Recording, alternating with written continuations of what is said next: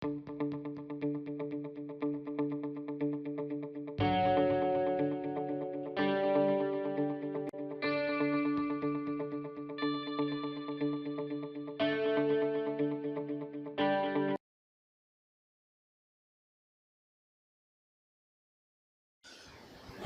members will notice that so far as public relations go, the bill has covered adequate ground in a measure like the Companies Bill, however, which covers the entire field of the operation of joint stock companies.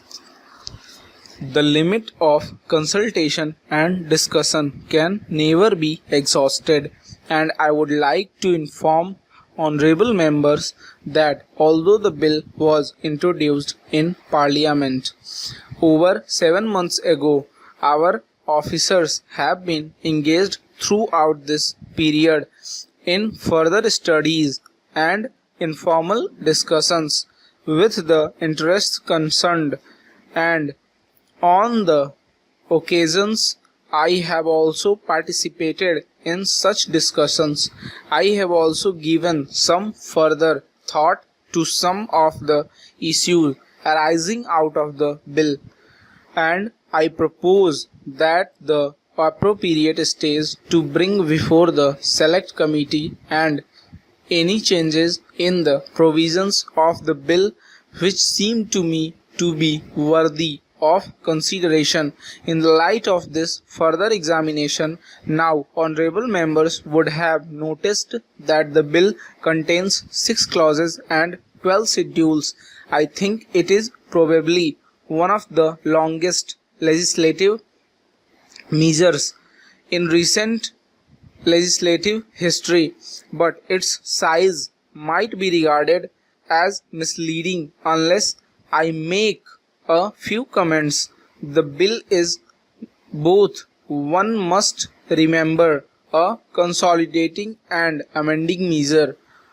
As mentioned in the Statement of Objects and Reasons, this is the first opportunity which has occurred since 1923 for the consolidation of the Companies Act. Advantage has been taken this opportunity to redraft several long and complicated sections in the present Act, which have been split up into a large number of clauses.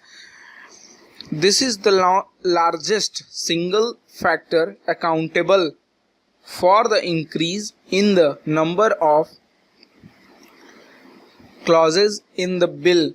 New clauses embodying substantial changes in the present law would hardly constitute more than a small fraction of the bill.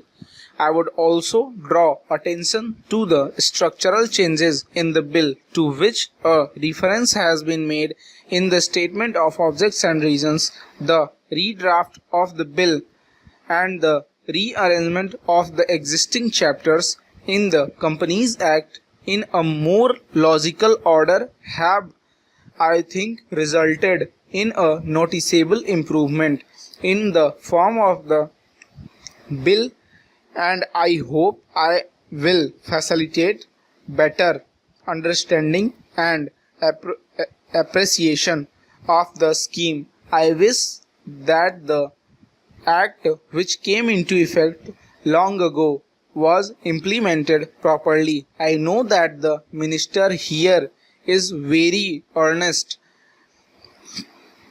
in implementing it, but unfortunately his colleagues at the state level are disappointing him.